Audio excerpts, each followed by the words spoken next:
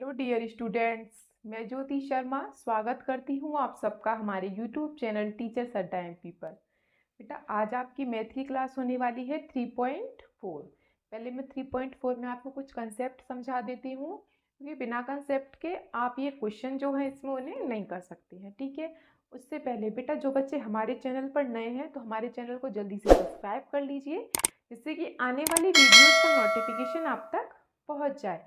और comment box में आप कोई भी क्वेश्चन मुझसे पूछ सकते हैं जो आपको नहीं आता है या समझ नहीं आया है। ठीक है, चलिए हम अपने क्वेश्चंस की तरफ बढ़ते हैं। बेटा पहले मैं आपको कुछ कंसेप्ट समझा देती हूँ, जैसे कि ये कुछ कंसेप्ट हैं। 3 प्रकार के यहाँ पे आपको त्रिभुज चतुर्भुज दिए हैं, समांतर चतुर्भुज, समचतुर्भुज, समबलम चतुर्भुज। इनमें डिफरेंस क्या है तीनों में? बेटा समांतर चतुर्भुज तो मैं आपको डिटेल में पढ़ा चुकी हूँ, है ना। इसकी दोनों भुजाएं बराबर होती हैं, ये दोनों भुजाएं बराबर होती हैं, ये इसके बराबर होता है और ये इसके बराबर होता है ना बेटा। चलिए इसमें तो ये फर्क है। दूसरा इसकी क्या है, इसकी ये चारों भुजाएं बराबर हैं, लेकिन इसकी ये आमने सामने की भुजाएं भी बराबर ही हैं। मतलब कि ये एक प्रकार से आपका आयत हो सकता है बेटा। आपका आयत इस तरीके का होता है जिसकी आमने सामने की भुजाएं बराबर होती हैं। वैसे तो ये वर्ग है, वर्ग भी बोल सकते हैं, इसकी चारों भुजाएं बराबर है। ये एक वर्ग भी है, एक आयत भी है ना। ये बेटा एक वर्ग भी है और ये एक आयत भी है। ठीक है, और ये भी आपका आयत हो सकता है। क्यों? क्योंकि इसकी चारों आमने सामने की भुजाएं बराबर है। ये आपका आयत हो सकता है, ये आपका वर्ग और आयत दोनों हो सकता है। ठीक है, समलम चतुर्भुज ये थोड़ा अलग है। इसकी क्या है, ये दोनों भुजाएं बराबर होती हैं। ए बी बराबर सी डी, ए बी बराबर सी डी। लेकिन ये दोनों भुजाएं इसकी क्या होती हैं, अलग होती हैं। लेकिन ऐसा हर बार नहीं है, हर बार ऐसा नहीं हो सकता। क्वेश्चन में क्या करता है, कभी कभी इन दोनों भुजाओं को भी वो बराबर दे देता है, बोल देता है वो कि इसकी ये दोनों भुजाएं भी बराबर हैं। ठीक है, तो वो हमारा फिर समांतर चतुर्भुज की कैटेगरी में आ जाता है, लेकिन हम उसको समलम चतुर्भुज ही बोलते हैं। चलिए बेटा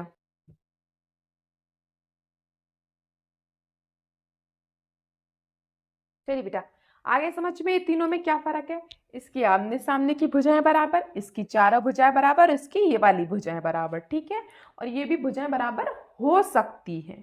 ठीक है, अगर किसी को स्क्रीनशॉट लेना है बेटा तो ले सकते हो आप। ठीक है, चलिए चलिए बेटा हम इसका पहला क्वेश्चन देख लेते हैं 3.4 का। पहला क्वेश्चन आपका क्या कह रहा है, सत्य असत्य पूछ रहा है। सत्य असत्य बेटा पूछ रहा है, तो सत्य असत्य आपके कितने दिए हैं, A B C D E F G और एच।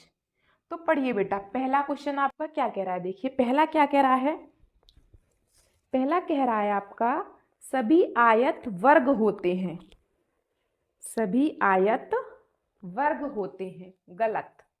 क्यों? ये आयत है, सभी आयत वर्ग होते हैं। क्या आपने वर्ग में ये देखा है कि आयत जैसा हो सकता है? आयत कभी भी वर्ग की तरह नहीं हो सकता। क्यों? क्योंकि वर्ग की चारों भुजाएं बराबर होती हैं और आयत की कभी भी चारों भुजाएं बराबर नहीं होंगी, इसलिए ये क्या है, असत्य। ठीक है बेटा। हाँ, लेकिन अगर आपसे ये पूछता है कि वर्ग आयत है, एक आयत कभी भी वर्ग नहीं हो सकता, लेकिन एक वर्ग आयत हो सकता है। क्यों? क्योंकि देखो इसकी आमने सामने की भुजाएं बराबर हैं तो इसकी भी है, और इसकी वाली भुजाएं बराबर है तो भाई ये भी तो इसकी भुजाएं बराबर ही हैं, तो हम इसको आयत भी कह सकते हैं, वर्ग को। ठीक है, चलिए दूसरा क्वेश्चन पढ़िए बेटा। दूसरा क्वेश्चन आपका क्या कह रहा है, सभी समचतुर्भुज समांतर चतुर्भुज होते हैं। तो क्या बोला है, सभी समचतुर्भुज। समचतुर्भुज ये इसी तरीके का होता है। सभी समचतुर्भुज क्या समांतर चतुर्भुज हो सकते हैं? हाँ हो सकते हैं। जब वर्ग आयत हो सकता है तो समचतुर्भुज समांतर चतुर्भुज क्यों नहीं हो सकता? समांतर चतुर्भुज में क्या है, आमने सामने की भुजाएं बराबर, और समचतुर्भुज में भी तो ऐसा हो सकता है, ये भुजाएं बराबर ही तो होती हैं, है ना। तो ये बेटा आपका क्या होगा, सत्य। चलिए सी वाला पढ़ लेते हैं हम। सी वाला आपका क्या कह रहा है, सी कह रहा है सभी वर्ग समचतुर्भुज और आयत होते हैं। सभी वर्ग समचतुर्भुज और आयत होते हैं। सभी वर्ग, ये वर्ग है और ये आयत है। अभी मैंने आपको बताया था वर्ग आयत भी हो सकता है और समचतुर्भुज भी हो सकता है। क्यों? ये तो इसकी चारों भुजाएं सेम है, इसकी चारों भुजाएं सेम है, तो वर्ग और समचतुर्भुज तो सेम हो गए। फिर इसकी आमने सामने की भुजाएं बराबर हैं वर्ग में, और इसमें आयत में भी बराबर हैं, तो वर्ग आपका आयत हो सकता है और समचतुर्भुज तो हो ही जाएगा। आयत कभी भी वर्ग नहीं बनेगा, लेकिन वर्ग जो है आपका वो आयत हो सकता है। क्यों हो सकता है बेटा? क्योंकि देखो वर्ग की वैसे तो चारों भुजाएं बराबर है, लेकिन अगर देखने को देखें तो ये और ये बराबर हैं और ये बराबर हैं। ऐसी आयत में होता है ये और ये बराबर हैं और ये बराबर हैं, मतलब कि एक वर्ग आयत और समचतुर्भुज दोनों हो सकता है। सत्य। ठीक है, चलिए डी वाला देख लेते हैं हम। आपका डी क्या कह रहा है? सभी वर्ग समांतर चतुर्भुज नहीं होते। अभी मैंने बताया था सभी वर्ग समांतर चतुर्भुज नहीं होते। ये जो वर्ग है, वर्ग बेटा क्या होता है? चारों भुजाएं बराबर हैं और आमने सामने की भुजाएं बराबर हैं। समांतर चतुर्भुज में भी तो यही होता है, आमने सामने की भुजाएं बराबर ही तो हैं। ये वर्ग है और ये समांतर चतुर्भुज है। इसकी आमने समांतर चतुर्भुज में क्या होता है? आमने सामने की भुजाएं बराबर। तो बेटा वर्ग में भी तो वही होता है ना। तो इसने कैसे कह दिया गलत है, मतलब कि असत्य है। आपका वर्ग समांतर चतुर्भुज होता है, लेकिन इसने बोला नहीं होता है, तो हम असत्य लिखेंगे। ठीक है, चलिए ई वाला पढ़ लेते हैं। ई आपका क्या कह रहा है?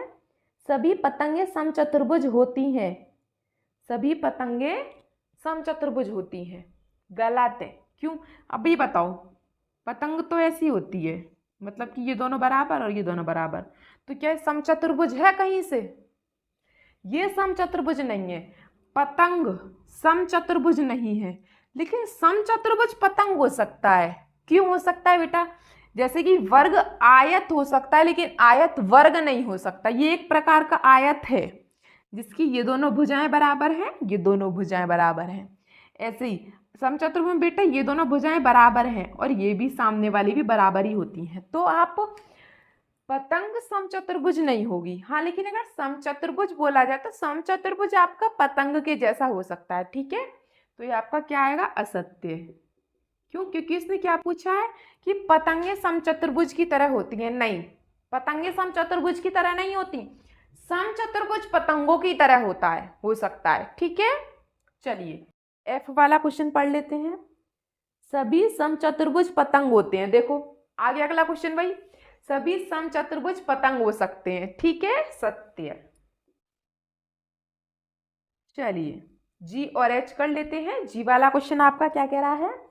सभी समांतर चतुर्भुज समबलंब चतुर्भुज होते हैं। सभी समांतर चतुर्भुज, यह आपके समांतर चतुर्भुज है, ये रहा, सॉरी ये रहा समांतर चतुर्भुज, ये रहा ये वाला, ये समांतर चतुर्भुज है। क्या ये समबलंब चतुर्भुज हो सकता है? अभी मैंने बताया था थोड़ी देर पहले, इसकी ये वाली भुजाएं तो बराबर होती हैं, मतलब कि ये दोनों बराबर हैं, लेकिन क्या इसकी वाली भुजाएं बराबर हो सकती हैं? हाँ, 100% नहीं हो सकती, लेकिन अगर क्वेश्चन में बोला जाए तो हो सकती है, मतलब कि ये दोनों बराबर हैं। ठीक है, सत्य। जैसे कि इसकी आमने सामने की भुजाएं बराबर है, ऐसे इसकी भी हो सकती हैं। ठीक है, देखिए अगला क्वेश्चन एच वाला आपका क्या कह रहा है? एच कह रहा है सभी वर्ग समबलंब होते हैं। सभी वर्ग समबलंब होते हैं। ये वर्ग है और ये समबलंब है। समबलंब में क्या है? ये भुजाएं बराबर और ये भुजाएं बराबर हो सकती हैं, ये वाली भुजाएं बराबर। तो बेटा वर्ग में भी तो वही होता है, ये भी भुजाएं बराबर होती हैं, ये भी भुजाएं बराबर होती हैं, तो ये भी हो सकता है। सत्य। ठीक है, चलिए बेटा आज की आपकी क्लास इतनी थी, मुझे सिर्फ आपको यही बताना था। और बेटा अगर आपको ये अच्छे से समझ में नहीं आया हो तो ये वीडियो 2 बार देखिए। क्यों? क्योंकि आपको समबलंब चतुर्भुज, समांतर चतुर्भुज और समचतुर्भुज, वर्ग, आयत, इन 5 में अगर आपको फर्क नहीं पता तो आप ये प्रश्नावली आप नहीं कर सकते, उसको हिला भी नहीं सकते आप, कि बेटा ये आपको जानना बहुत जरूरी है। ठीक है, इसलिए अगर बेटा अगर आपको मेरा समझाने का तरीका अच्छा लगा हो, मैंने इनमें आपको फ़र्क अच्छे से चलिए बेटा, अगर आपको मेरी वीडियो अच्छी लगी हो तो प्लीज़ उसको लाइक करें, शेयर करें, सब्सक्राइब करें, ठीक है। और बेटा इनको अच्छे से याद कर लेना, ठीक है। चलिए मिलते हैं आपसे अगली क्लास में, तब तक के लिए हैव ए नाइस डे।